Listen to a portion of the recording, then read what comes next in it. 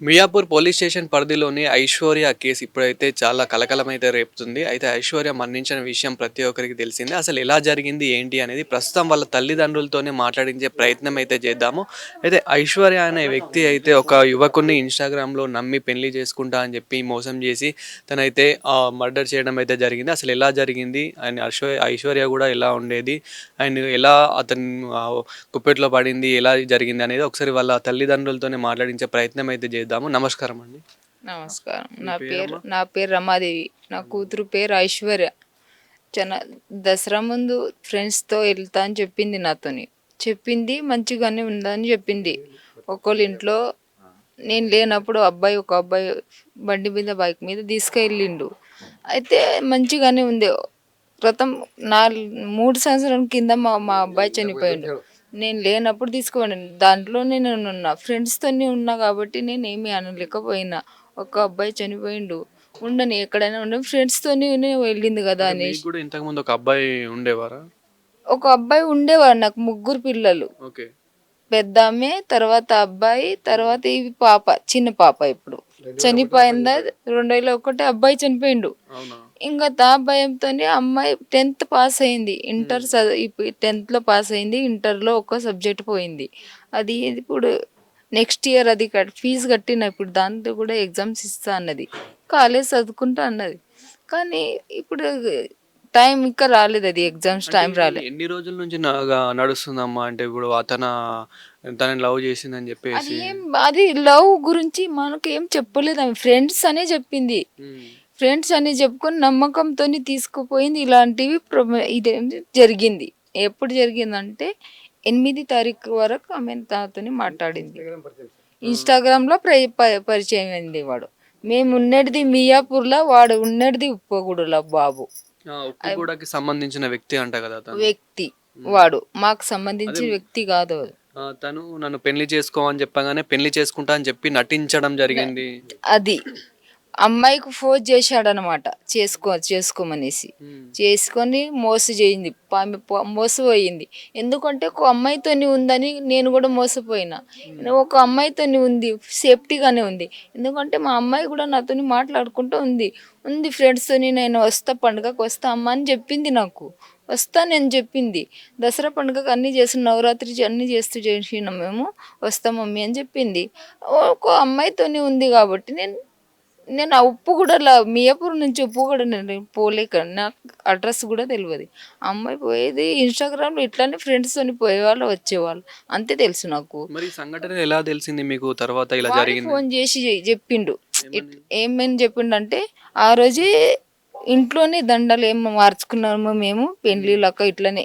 పెళ్ళి అంటే నేను ఒప్పుకోలేను, మీ తల్లి తండ్రి ఒప్పుకున్నారేమి అంటే, మా తల్లిదండ్రి ఒప్పుకోలేదు ఆంటీ, ఇట్లనే మేము ఇంట్లోనే చేసుకున్నాము అని. వాడు అబ్బాయి మీ ఇంటి అదే రోజు పొద్దున కొట్లాడుకున్నారంట. నాకు ఫోన్ చేసింది మా అమ్మాయి.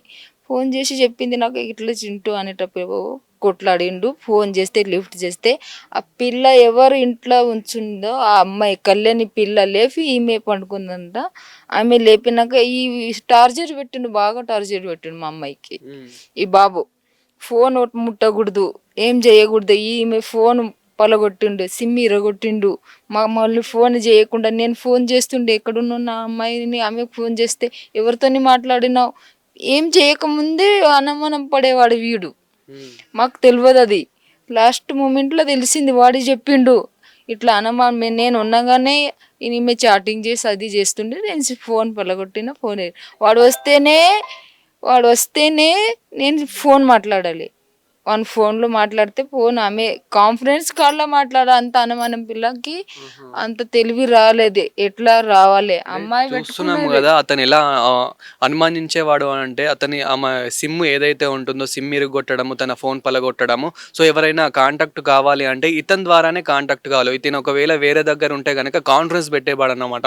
ఇలా తల్లిదండ్రులకు గానివ్వండి, అదేవిధంగా అమ్మాయి ఫ్రెండ్స్ ఎవరైనా, అమ్మాయి ఎవరితోనూ మాట్లాడాలనుకున్నా గానీ తను ఒక దగ్గర ఉంటే, సో, ఆ చింటూ అనే వ్యక్తి కాన్ఫరెన్స్ పెట్టేవాడన్నాడు. అంత అనుమానం ఉండేది. దాంతో క్రిమినల్. కొంచెం క్రిమినల్‌గా ఇలా చేసేవాడని జెప్పేసి మాట్లాడుతూ ఉన్నారు. అదే విధంగా చింటూ అనే వ్యక్తితో పాటు ఇంకా ఇద్దరు స్నేహితులు ఉన్నారు అని వాళ్ళ చెప్పేసి. అన్నయ్య అని వాళ్ళతోనే పెట్టిండు. ఈ అబ్బాయి నేను లేనప్పుడు బండి మీద తీసుకుపోయిండు. వాళ్ళ ఇంట్లో పెట్టిండు. వాళ్ళ స్నేహితుడు అంటే అన్న సాకిత్ వాళ్ళ పేరు సాకిత్, వాళ్ళ భార్య పేరు కళ్యాణి. మమ్మీ నేను కళ్యాణి అంటే వదిన అన్నాని పిలుస్తుండే, ఈమెకని వదిన అని పిలుస్తుండే. నేను వదిన వాళ్ళ దగ్గర సేఫ్టీగానే ఉన్నా, నేను మంచిగానే ఉన్నా నేను చెప్పేవాళ్ళు. ఈమె ఈ మోసంలో నేను కూడా మోసపోయింది, అది కూడా మోసపోయింది. ఇట్లా ఫోర్స్ చేసిండ్రు వాళ్ళు, పెళ్లి చేయండి పెళ్లి చేసుకొని మంచిగా ఉంటుంది అంటే అని ఆ పిల్ల కూడా చెప్పింది. నేను కూడా మనకి ఏం అర్థం కాకుండా ముగ్గురు చేసి ఇది పని చేశారన్నమాట. అంటే మాకు ఈ సేవం దొరికిందంటే పోలీసు వల్ల దొరికింది. పోలీసు వాళ్ళే అంత. నాకు అనుమానం వచ్చిందంటే 8 తారీఖు నుంచి ఆమె వాడు చేసిండు ఫోను, మీ అమ్మాయి లేదు మా ఇంట్లో. అట్లా ఎట్లా లేదు బాబు, పొద్దున్న నుంచి నాకు ఫోన్ చేస్తా ఉన్నావు నువ్వు, మరి ఇప్పుడు పెళ్ళి ఏందని అన్నావు, చేసుకున్నావు దండలు మార్చుకున్నావు, పెళ్లి కూడా దండలు ఖాళీ దండలు మార్చుకున్నాం మేము, అది కోట్లాట క్లోజ్ అయిపోయింది చేసుకున్నా అని చెప్పినావు. మరి నువ్వు నువ్వు లేదా అంటే నేను దండలు మరుచుకున్నానని పైన డప్పులు కొట్టడానికి పోయినా ఆమె వచ్చారకు లేదని చెప్తున్నావు. అట్లట్లో నీ బాధ్యత లేదా? నీ దండలు మరుచుకున్నాక నీ దగ్గరనే ఉంటుంది. అప్పటికైనా నా బాప మాట్లాడుకుంటానే ఉంది. వాడు అన్నాడు నీ దగ్గర తీసుకొని వస్తా, నీతోని మాట్లాడిపిస్తా అన్నాడు. మరి ఆ వ్యక్తి ఫోన్ స్విచ్ ఆఫ్ పెట్టుకుంటాడు. ఆ విధంగా నేనేమో నాకు మీద అనుమానం వచ్చి పోలీస్ స్టేషన్కి పోయి 9 తారీఖు పోయి న్యాయం అయ్యేటట్లా చేయండి సార్, నా ఇట్లా మా పాప మిస్ అయిపోయింది, ఈ వ్యక్తి తీసుకుపోయిండు, నేను లేను. సో ఇప్పుడు పోస్ట్ మార్టం రిపోర్టర్స్ అయితే వచ్చినాయి, రిపోర్టింగ్ అయితే వచ్చింది. అయితే అందులో రిపోర్టర్స్ లో ఏమని వచ్చింది అందులో? రిపోర్ట్ ఇంకా రాలేదు సార్, ఇంకా నిన్ననే అయింది పోస్ట్ మార్టం, నిన్ననే అయింది, ఇంకా ఇవ్వలేదు సార్.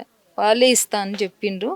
రిపోర్ట్లో ఏమొస్తే అది వాళ్ళని మమ్మల్ని న్యాయం చేయట్లా. మీరు అన్ని టీవీల వాళ్ళు వస్తుండ్రు కదా, మళ్ళీ వాళ్ళు అట్లా చంపేసిండ్రు, వాళ్ళు కూడా అట్లనే సావాలి. వాళ్ళు మీ డిమాండ్ ఏంటి? మీకు ఎలాంటి న్యాయం కావాలని కోరుకుంటున్నారు? అమ్మాయికి అయితే అన్యాయం జరిగింది, వానికి జైలు శిక్ష పడాలి, పడుతుంది వానికి ఉరి శిక్ష పడినట్లు. మా అమ్మాయి దారుణంగా ఎట్లా చచ్చిపోయిందో వాడు అట్లానే సావాలి అంతే.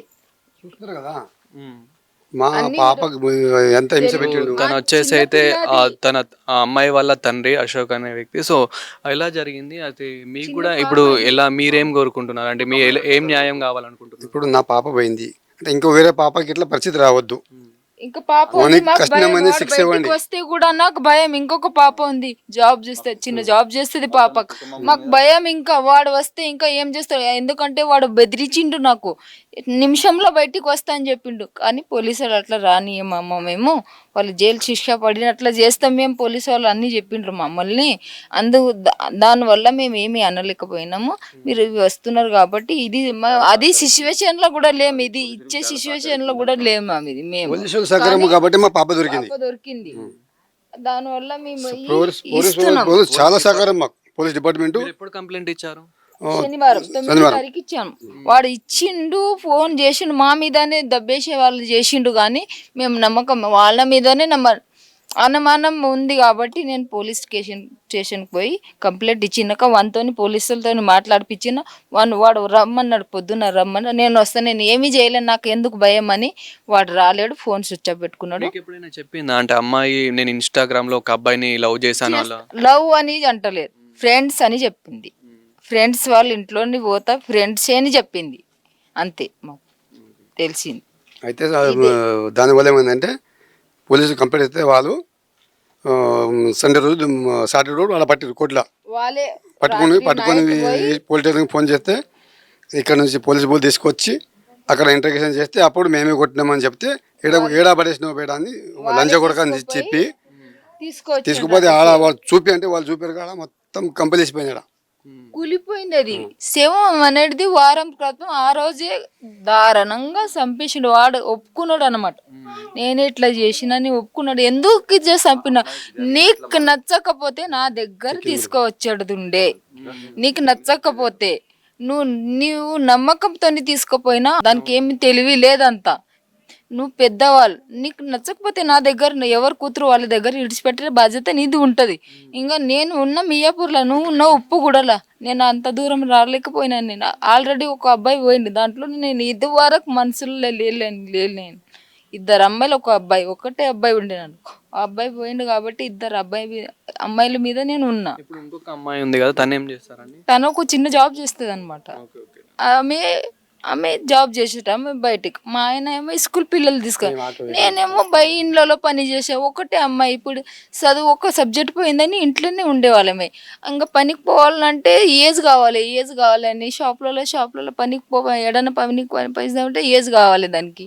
కాబట్టి పనికి ఎక్కడ పోయేదాన్ని కాదు, అది ఇంట్లోనే ఉండేవాళ్ళది. అది నాకు భయం అది. ఇప్పుడు చింటూ అనే వ్యక్తిని అదుపులోకి తీసుకున్నారు పోలీసులు. అదే విధంగా అతనితో పాటు ఇంకెవరైతే పాల్పడ్డారో ఈ వాళ్ళకు కూడా శిక్ష పడాలి. వాళ్ళు నమ్మించుకొని వాళ్ళ ఇంట్లో ఎందుకు పెట్టుకున్నారు? అమ్మాయి ఇట్లా చేస్తుంది, నాకు కూడా చేయొచ్చు కదా, మీ అమ్మాయికి నీకు తీసుకుపో అంటే ఇది కూడా అనలేదు. అమ్మాయి కూడా అమ్మాయిలాగా అది పెట్టుకునేది అమ్మాయికి తెలియదా? అది కూడా ప్రేమించి పెళ్లి చేసుకున్నదంట. అది పెట్టుకుంది. ఆంటీ ఫోన్లో మాట్లాడింది, మీ అమ్మాయి మంచిగానే ఉంది, సేఫ్టీగానే ఉంది అని చెప్పింది. మరి దాని ద్రోణ వల్ల నేను మంచిగానే ఉన్నా కాబట్టి నేను ఊకున్నా. లాస్ట్కు 8 తారీఖు రోజు ఆ రోజు నాకు తెలిసిపోయింది, అనుమానం వచ్చింది నాకు. ఆ రోజు పొద్దుంతా సాయంత్రం వరకు మాట్లాడింది నాతోని. సిమ్ ఒకటేసారి సిమ్ పలగొట్టిండు, ఫోన్ పలగొట్టి సిమ్ ఇరగొట్టిండంటే అనుమానం వచ్చింది.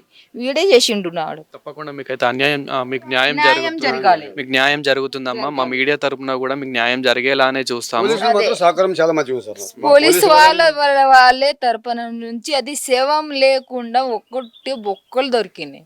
చాలా ఎన్ని దారుణం. రోజులు అవుతుందని మీకు అనిపిస్తుంది ఇది జరిగి? అంటే చనిపేసి 12 రోజులు అవుతుంది. లేదండి, చనిపోయి. ఆమె 12 రోజులు అవుతుంది. శుక్రవారం పోయిన, ఈ శుక్రవారం కాక పోయిన 8 తారం అంటే నియర్లీ 10 రోజులు అయితే అవుతుంది. ఆ 10 రోజుల శవంలో ఏముంటది? అడవిలో తీసుకుపోయి పడేస్తే మొత్తం ప్యాక్ చేసి పడేసిండే. అది ఏముంది? ఏమీ లేదు, ఉట్టిగా పోస్ట్ మార్టంలో బొక్కలు వచ్చినాయి. ఇంత ఎత్తు మనిషి ఏమి గింత పోలీసులు సహకారం కాబట్టి మా పాప దొరికింది సార్. అది దొరికింది. ఎస్ఐ తరపున నుంచి మాకు అది సేవం దొరికిలేకపోతుండే. వాళ్ళు చేస్తా అన్నారు, వాళ్ళ న్యాయం నాకు చేస్తా అన్నారు. వాళ్ళకు బయటికి రానట్లా చేస్తా, శిక్ష పడినట్లా చేస్తా అమ్మా మీకు అని చెప్పింది మాకు. పోలీసు వాళ్ళే మాకు దొరికిండ్రు. కానీ మీరు కూడా హెల్ప్ చెయ్యండి మాకు. మీరు వచ్చిర్రు కాబట్టి అంతా నాకు ఇది లేదు, చెప్పే అంత ఆవేశం లేదు. సో చూస్తున్నాం కదా ప్రస్తుతం ఐశ్వర్య వాళ్ళ అమ్మ నాన్న, ఇప్పుడు తల్లిదండ్రులు ఎవరైతే ఉన్నారో వాళ్ళు ఎంత బాధపడుతున్నారు అనేది. అయితే అసలు ఏం జరిగింది అనేది అయితే వీళ్ళైతే చెప్పడం అయితే జరిగింది. ఐశ్వర్య అనే వ్యక్తి, అదేవిధంగా చింటూ అనేతో ఇన్స్టాగ్రామ్లో అయితే పరిచయం ఏర్పడితో అతన్ని లవ్ చేస్తానని చెప్పేసి అతను ఎవరైతే ఉన్నారో చింటూ అనే వ్యక్తి, నేను నిన్ను పెళ్లి చేసుకుంటానని చెప్పి అట్లా మోసం చేయడం అయితే జరిగింది. సో అతన్ని నమ్మి ఈ తల్లిదండ్రులని వదిలేసి అటు ఫ్రెండ్స్ దగ్గరికి వెళ్తున్నా అని చెప్పి దాని దగ్గరికి అయితే వెళ్ళడం జరిగింది. అయితే అక్కడికి వెళ్ళినాక మేము పెళ్లి చేసుకున్నాం ఆంటీ అని చెప్పి వీళ్ళకైతే కాల్ కూడా చేయడం జరిగింది. దాని తర్వాత కొన్ని రోజుల తర్వాత అసలు ఫోన్ అనేది కలవడం లేదు. ఆయన తన సిమ్ కూడా ఇడిసేసాడు, అదేవిధంగా తన ఫోన్ కూడా పలగొట్టాడని చెప్పేసి ఎన్నిసార్లు వీళ్ళు ప్రయత్నించినా కానీ అక్కడైతే కంప్లైంట్ ఇవ్వడం జరిగింది. వాళ్ళు కూడా ఎంక్వైరీ చేసి ఇప్పుడైతే ప్రస్తుతం కేసు అయితే నమోదు చేయడం జరిగింది. వాళ్ళని కూడా అదుపులోకి తీసుకోవడం జరిగింది. అయితే అదుపులోకి తీసుకొని అసలు ఏం జరిగింది ఏంటి అనేది ఎంక్వైరీ చేస్తే సో తనని అయితే గత 10 రోజుల క్రితమే చంపేయడం జరిగిందని చెప్పేసి ఎంక్వైరీలో తెలుస్తుంది. పాపం అక్కడ వెళ్ళి చూస్తే బాడీ అనేది లేకుండా ఓన్లీ అంటే మనకి బోన్స్ అనేటివి అంతా కుళ్ళిపోయి ఒక ప్యాక్ చేసేసి అందులో మొత్తం కుళ్ళిపోయి జస్ట్ నార్మల్ బోన్స్ కానీ ఇలాంటి సిచ్యువేషన్ అంటే అలా దొరకడం అయితే జరిగింది. సో దాన్ని ఇప్పుడు మన గాంధీ హాస్పిటల్కి తరలించగా అక్కడ పోస్ట్ మార్టం జరిగి సో అక్కడ ఇప్పుడు ఇంకా రిపోర్ట్స్ రాలేదు. రిపోర్ట్స్ వచ్చిన తర్వాత కూడా అసలు ఇలా చేశారు, మరి రేప్ చేసి చంపారా ఏంటి అనేది కూడా సో వివరణ తెలియనుంది. దాంతోపాటు మన ఇప్పుడు వీళ్ళ తల్లిదండ్రులు ఐశ్వర్య తల్లిదండ్రులు అయితే డిమాండ్ మా అమ్మాయికి ఎలా జరిగిందో వాళ్ళకి కూడా అదే జరగాలి. మాకు మియాపూర్ పోలీసులు కూడా చాలా హెల్ప్ చేశారు, తొందరలోనే కనిపెట్టారు. అదేవిధంగా మా అమ్మాయికి కూడా ఏదైతే జరిగిందో వాళ్ళకు కూడా అదే శిక్ష పడాలని చెప్పేసి వీళ్ళు కూడా డిమాండ్ చేస్తూ ఉన్నారు.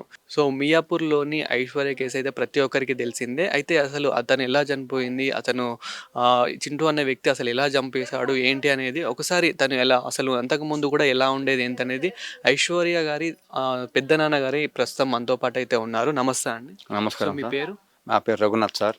అసలు ఐశ్వర్య అనే వ్యక్తి ఎలా పరిచయం ఏర్పడింది, ఎలా జరిగింది? మేము ఇప్పుడు తల్లిదండ్రులు అయితే చెప్పిండ్రు కదా సార్. ఇప్పుడు మేము అక్కడ ఓల్డ్ సిటీలో ఉంటాం మేము కూడా. అయితే ఇట్లా తెలిసింది మాకు కూడా, మొన్న శనివారమే తెలిసింది మాకు కూడా. శనివారం తెలిస్తే వాళ్ళు కూడా వస్తుండ్రు, మీరు కూడా రమ్మంటే మేము శనివారం పోలీస్ స్టేషన్కి వచ్చిండ్రు. పోలీసుల సార్లకు కూడా అందరికీ ధన్యవాదాలు. చాలా సహకరించిండ్రు పోలీస్ డిపార్ట్మెంట్ కూడా. మళ్ళీ పోయి వెతకడం జరిగింది. మళ్ళీ ఇటువంటిది ఆ చింటూ కానీ ఇంక వాళ్ళకి ఎవరు సహకరించిండ్రు వాళ్ళకి కూడా శిక్ష పడేటట్లు చేయాలి. ఇటువంటి ఘోరాలు జరగకుండా మన పోలీస్ సిబ్బంది కూడా మళ్ళీ కోర్టు కూడా సుమోటోగా తీసుకొని వాళ్ళకు చర్య తీసుకోవాలి. ఇటువంటి అన్యాయం ఎక్కడ జరగొద్దు. అందరు అమ్మాయిలు అంటే అట్లనే ఉంటుంది. ఐశ్వర్య అనే అమ్మాయి ఇప్పుడు ఎప్పుడు వెళ్ళిపోయింది మీ కూతురు? మాకు తెలియదు సార్, అది నాకు తెలియదు. ఎప్పుడు వెళ్ళిపోయింది నాకు తెలియదు. వాళ్ళ అమ్మ నాయన చెప్తేనే మాకు అర్థం అయిపోయింది. మాకు కూడా మన శనివారం తెలిసింది. శనివారం నైటు ఇట్లా మా తమ్ముడు ఫోన్ చేస్తే నేను కూడా వచ్చినాము. మళ్ళీ అదే నోట్ వాళ్ళు దొరికిండ్రు. మళ్ళీ ఇక్కడ మేమే సంపాదించినామని వాళ్ళు ఒప్పుకుంటే మేము కూడా వచ్చినాం సార్. మాకు అంత ఏం తెలియదు. అట్లా ఇటువంటి అన్యాయం ఎక్కడ జరగొద్దు ఇంకొక. సో అక్కడ ఎలా ఉంది సిచ్యువేషన్? అప్పుడు మీరు వెళ్ళి చూసినప్పుడు ఆ బాడీ మేము సిచ్యువేషన్ వెళ్ళలేదు సార్ ఎలా అక్కడ. ఉంది? మేము అక్కడ వెళ్ళలేదు. మేము పోలీస్ స్టేషన్కి వెళ్ళాము. మరి పోలీస్ స్టేషన్ నుంచి నేను ఇంటికి వచ్చాను. మేము అక్కడికి బాడీ నేను చూడలేదు, ఖాళీ ఫోన్లో చూసినాం. మేము ఆడికి పోలేదు. వాళ్ళు పోలీసులో పోయారు, వాళ్ళు తీసుకొచ్చిండ్రు. గాంధీ హాస్పిటల్ తీసుకుపోయినారు. వాళ్ళు తెస్తేనే ఇక నిన్న మేము ఇక్కడ ఇంటికనే ఉన్నాం సార్. మేము అక్కడ పోలేదు. అదే వీళ్ళ పరిచయం కూడా ఇన్స్టాగ్రామ్ లో ఏర్పడిందని చెప్పేసి అది కూడా మాకు తెలియదు సార్. ఉన్నది ఉన్నట్టు చెప్పాలి కదా. అమ్మాయికి అట్లా అన్యాయం చేసిండు, అట్లా ఏ అమ్మాయికి కూడా అట్లా అన్యాయం జరగొద్దు.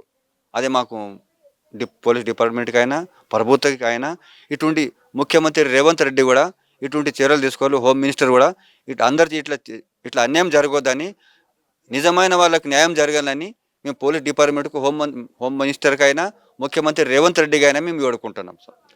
సో చూస్తున్నారు కదా, తను ఐశ్వర్య గారి పెద్దనాన్న డిమాండ్ ఏంటంటే ఇంకొక అమ్మాయికి, ఇప్పుడు మా అమ్మాయికి జరిగినట్టు ఇంకొక అమ్మాయికి జరగదు. ఇలాంటివి చాలా జరుగుతున్నాయి. సో ఇంకా స్ట్రిక్ట్ రూల్స్ అనేటివి తీసుకురావాలి, చట్టం తీసుకురావాలి. సో ఇప్పుడు మా అమ్మాయికి ఏదైతే జరిగిందో ఆ చింటూ అనే వ్యక్తికి కూడా అదే జరగాలి, గట్టి శిక్షణ పడాలని చెప్పేసి సో వీళ్ళు కూడా కోరుతా ఉన్నారు. అదేవిధంగా ఒకసారి మనం వాళ్ళ ఇల్లు కూడా చూసుకున్నట్లయితే కనుక చాలా ఈ ఇల్లుని చూసే చెప్పొచ్చు ఎంత పేదవాళ్ళో. సో ఇంత పేద కుటుంబంలో నుంచి వచ్చిన ఐశ్వర్యని అయితే ఆ చింటూ అనే వ్యక్తి మోసం చేయడం అయితే జరిగింది. వాళ్ళ పరిచయం ఇన్స్టాగ్రామ్లో అయితే ఏర్పడింది. అదేవిధంగా పరిచయం ఏర్పడిన కొద్ది రోజుల తర్వాత అయితే సో తను అక్కడ మోసం చేయడం జరిగింది. ఎలా అంటే నేను నిన్ను పెళ్లి చేసుకుంటాను, నేను చాలా ఇష్టపడుతున్నానని చెప్పేసి ఇట్లా మోసం చేయడం జరిగింది. అది ఐశ్వర్య అనే అమ్మాయిని నమ్మి సో తను ఇంకా మైనరు, సో తను మైనర్ అన్నీ నమ్మేసి అక్కడికైతే వెళ్ళడం జరిగింది. అదేవిధంగా తనతో పాటు ఉండడం జరిగింది. కొన్ని రోజులు ఉన్న తర్వాత అక్కడ పెళ్లి చేసుకొని కొన్ని రోజులు ఓకే పర్లేదు అన్నట్టున్నాడు. కానీ తర్వాత సిమ్ ఇసేయడము, తన ఫోన్ కూడా పలగొట్టడము, అసలు వాళ్ళకు అసలు టచ్ లేకుండా చేశాడు. సో అసలు ఏం జరిగింది ఏంటి అనేది వీళ్ళకి కూడా అనుమానం వచ్చి అక్కడ కంప్లైంట్ ఇచ్చిన తర్వాత అయితే సో పోలీసులు ఎంక్వైరీ చేయగా తను చెప్పేశాడు, ఇంకా మేము ఇలా చేశామని చెప్పాడు. అప్పుడు ఎంక్వైరీ చేస్తే అసలు మొత్తం బాడీ అయితే కుళ్ళిపోయిన బాడీ అయితే దొరికిన సంఘటన అయితే చెప్తున్నారు. అసలు ఇదైతే చాలా దారుణం అని చెప్పాలి. అదేవిధంగా వీళ్ళ తల్లిదండ్రులను చూసుకుంటే పాపం ఎంతో బీద వాళ్ళు, వీళ్ళకి కూడా ఒక న్యాయం జరగాలనే మన మీడియా తరపున కానివ్వండి, అదేవిధంగా మనం కూడా పోరాడాలి. సో అదేవిధంగా పోలీసు ఎంక్వైరీలో కూడా ఇంకా అసలు వీళ్ళ వెనుక ఏముంది ఏంటి అనేది కూడా నిజాన్ని జరిగినది బయట పెట్టాలని మన మీడియా తరపున అయితే కోరుతున్నాను.